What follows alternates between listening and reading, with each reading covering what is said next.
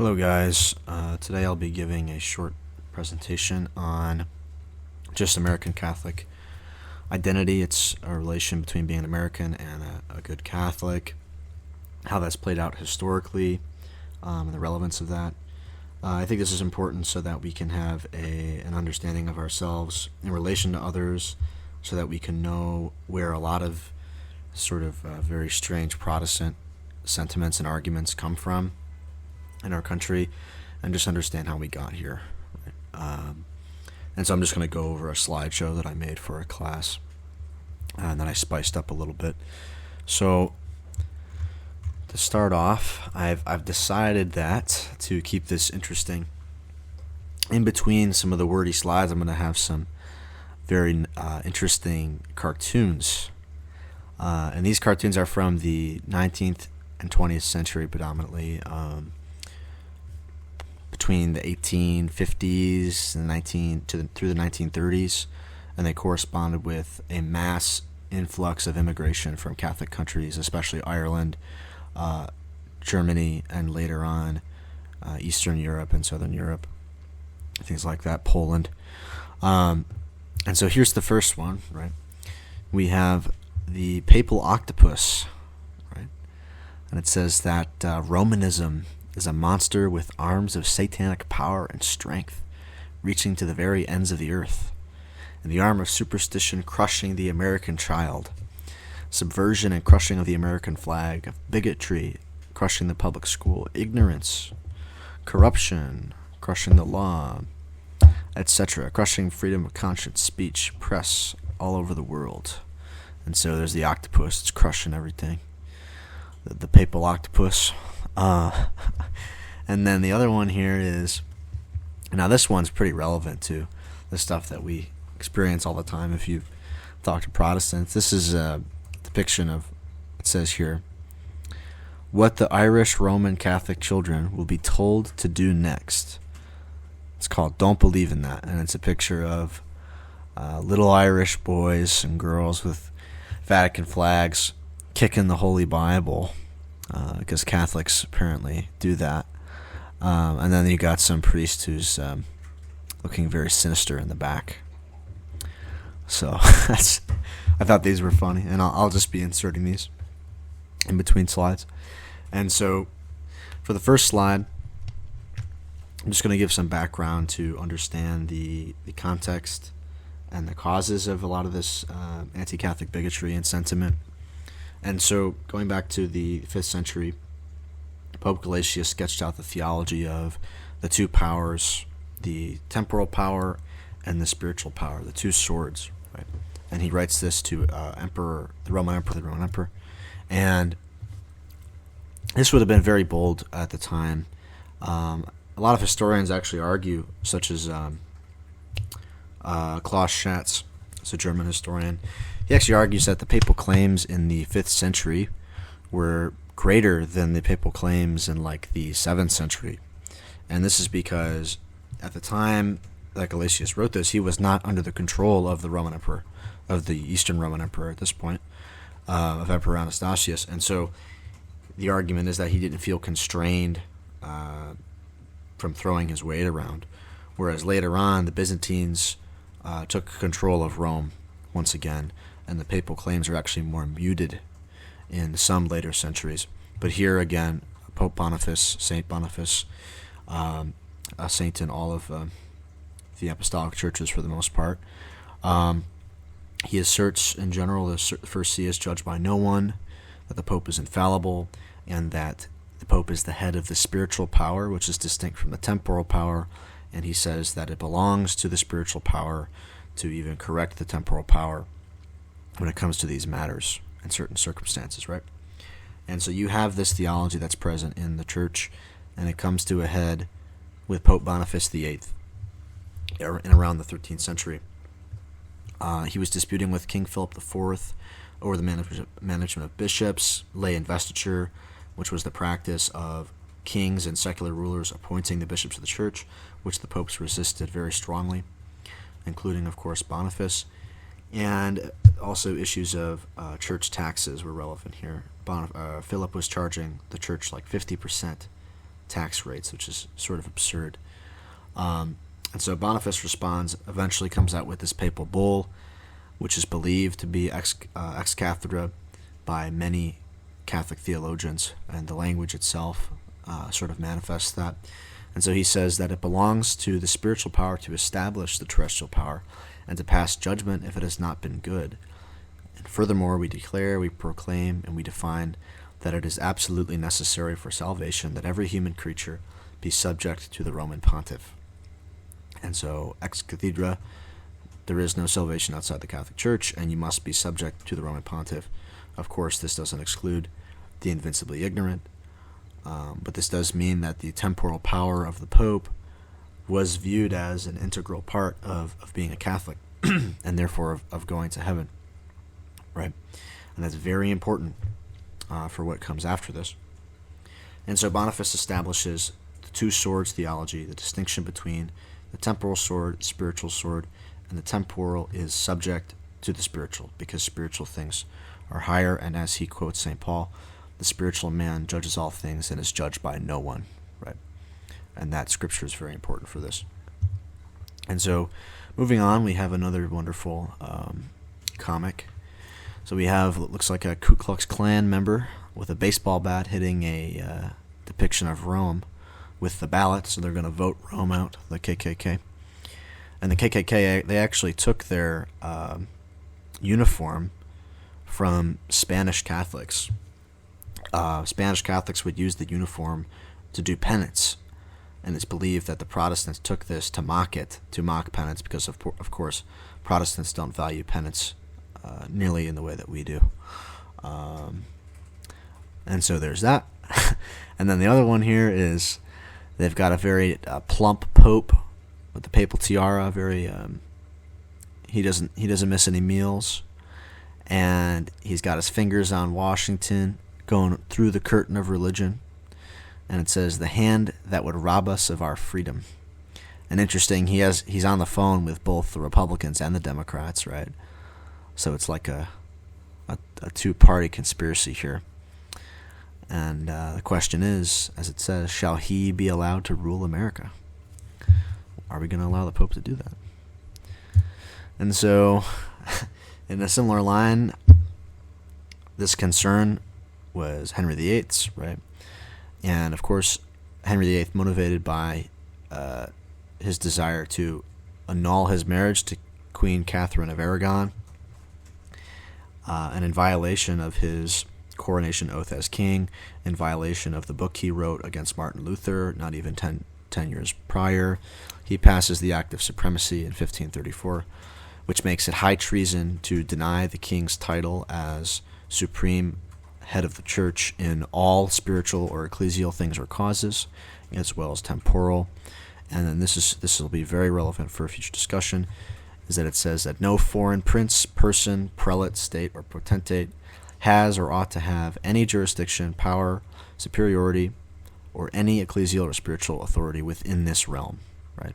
So no foreign prelate or potentate has any jurisdiction, whether temporal or spiritual, in the realm of England. If you denied that, you could be killed, right? And so to take this oath was a de facto apostasy from the Catholic religion.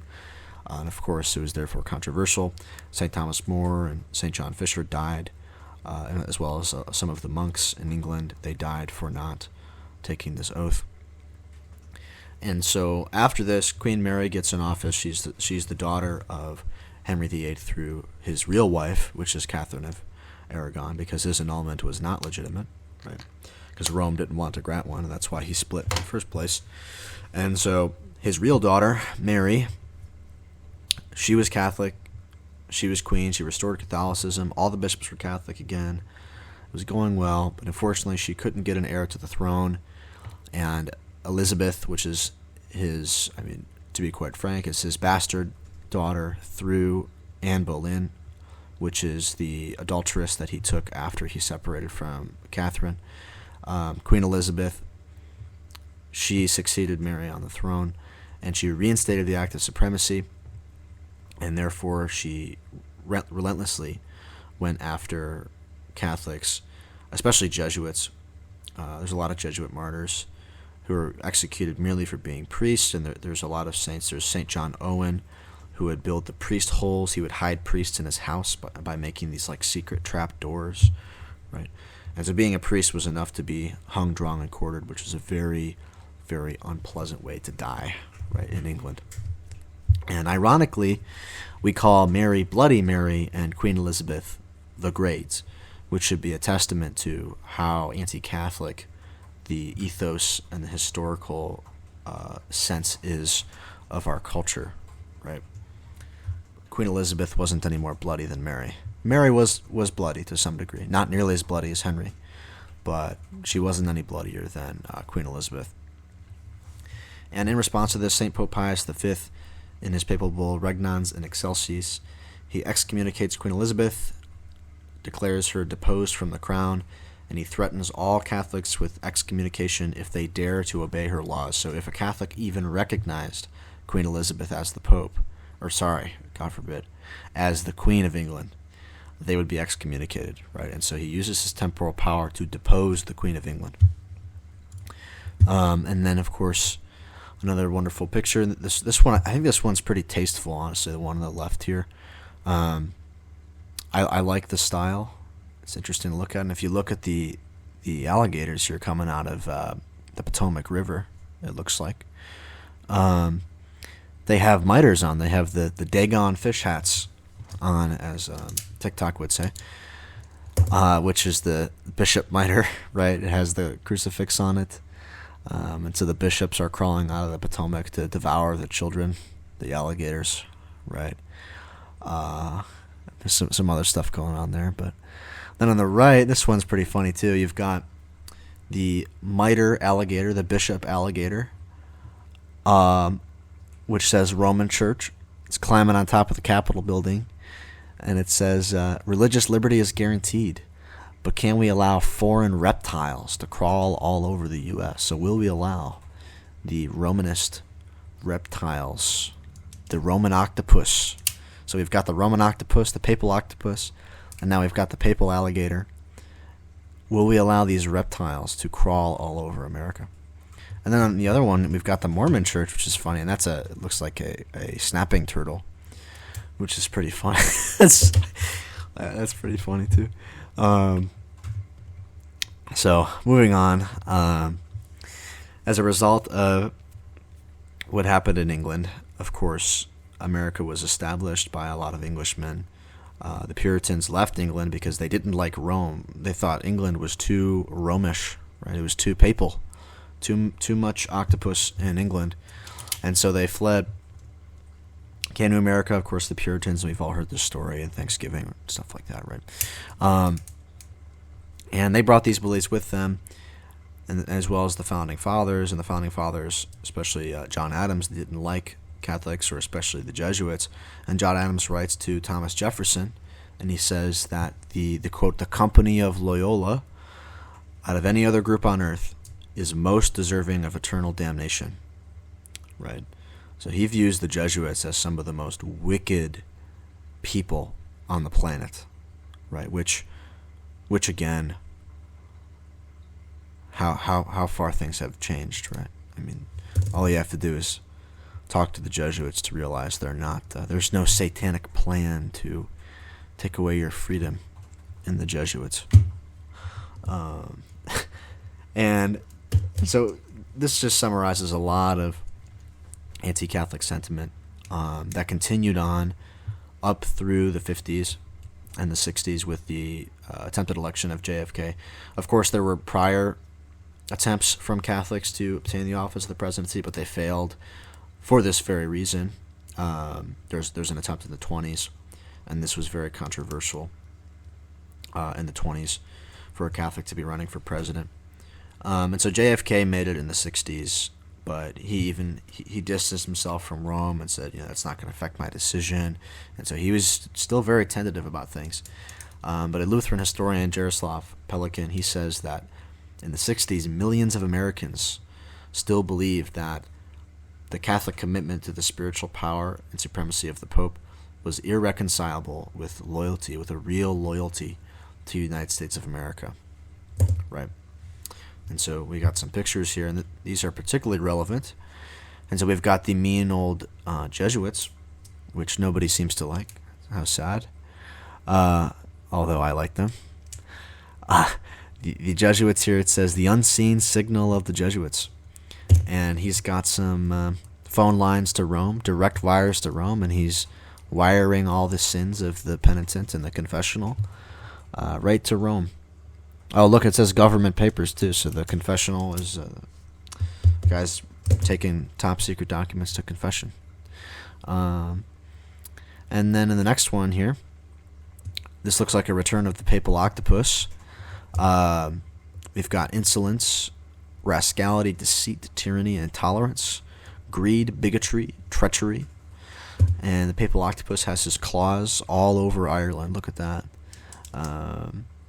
All over public schools, too. And, of course, over, looks like this presidential candidate, Father Patricio, president, it says President of the United States. So that was the fear, right? That the Papal Octopus would establish one of its tentacles in this quote-unquote free country, right?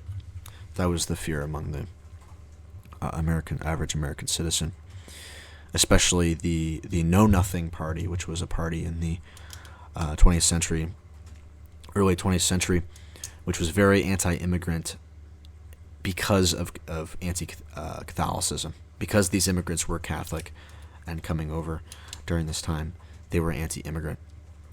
And so this is actually an article from the Boston Pilot in the 19th century, in the 1800s, 1857 or so. And basically this author is from the Know-Nothing Party, and he makes the argument that Catholics are not real citizens of the United States because when they come over here, when the Irish Catholics come over here, they swear to entirely renounce all allegiance and fidelity to every foreign prince, potentate, state, or sovereignty whatsoever, and that they will support the Constitution, so help me God. And so that language, if you remember, is similar to what the Oath of Supremacy says in Henry VIII's law, right? To abjure all obedience to foreign potentates, right? And in Henry VIII's mind, that did include the Pope. And for many people, this oath, they argue that Catholics could not take this oath in good conscience. You could not be a boniface subject of the Roman Pontiff, of the temporal power of the Roman Pontiff, and yet be a citizen of the United States, because being a citizen requires you, when you immigrate, to abjure and renounce all fidelity to every foreign potentate. The argument is Vatican City, the Papal States are potentate. They claim this jurisdiction, and therefore you're not an American citizen if you're a Catholic. It's a decent argument. It has some flaws, and I'm not going to go through them. Funnily enough, the newspaper says here, it says that it is well understood that they do not consider any oath as sacred, excepting that sworn to by the Holy Evangelist. So saying that Catholics don't care about oaths or something, which is strange. And so moving on from this, we have further evidence of the anti-Catholic sentiment. Just another example, a newspaper ad from 1854 looking for jobs. Nurses, cooks, cleaners, maids, things like that. And all of these say, look, an intelligent and experienced Protestant woman wanted.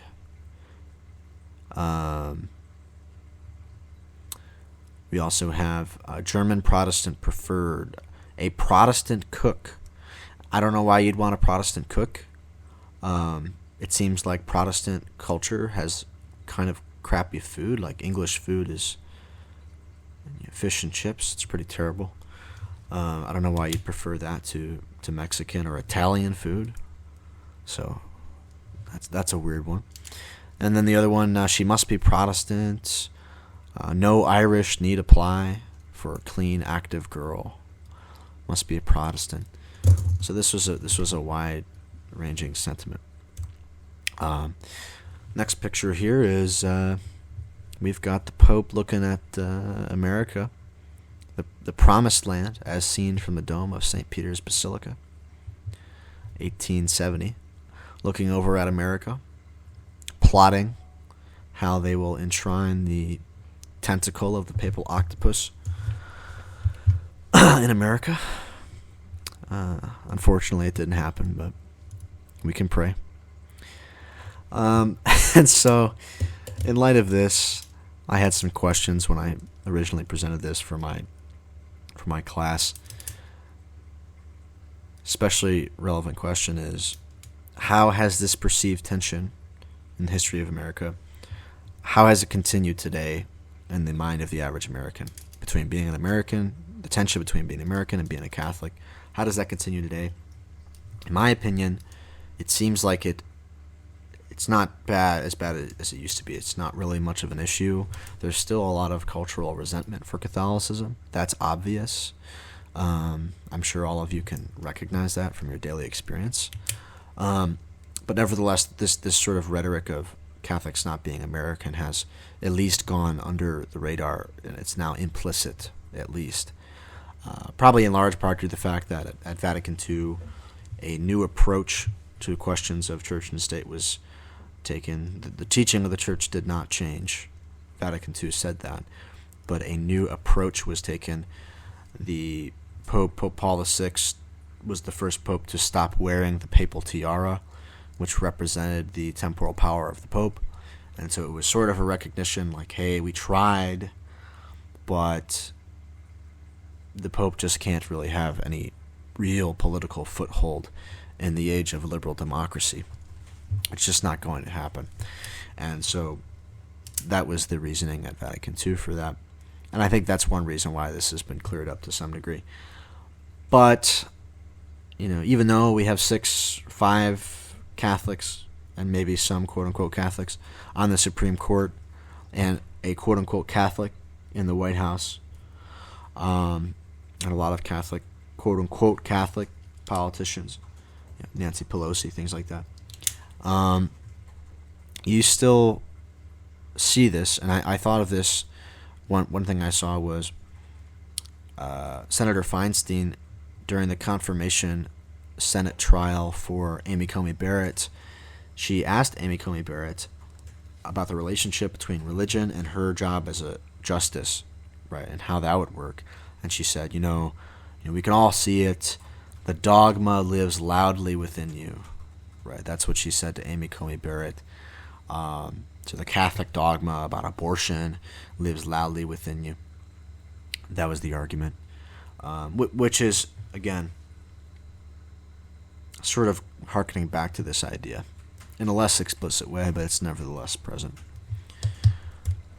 Moving on, we have the KKK.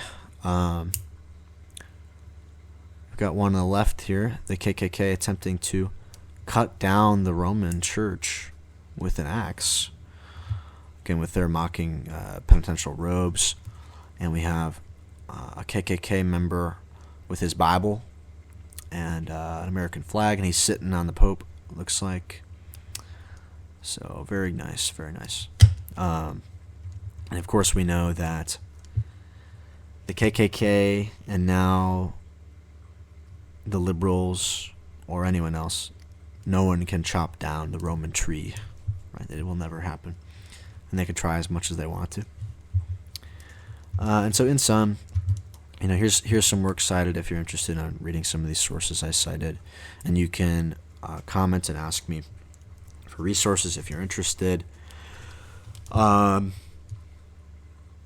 actually, as a last thing, the naturalization oath that was mentioned before is actually still on the books today when you become an immigrant in the United States or when you become a citizen.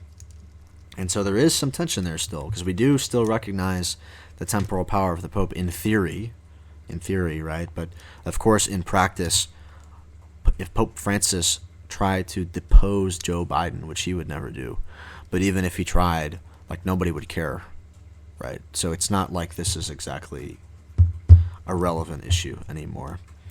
But nonetheless, I hope you enjoyed the presentation and the wonderful images that our history has given us. Hope you guys have a good day or evening, and let me know if you have any questions. Thank you.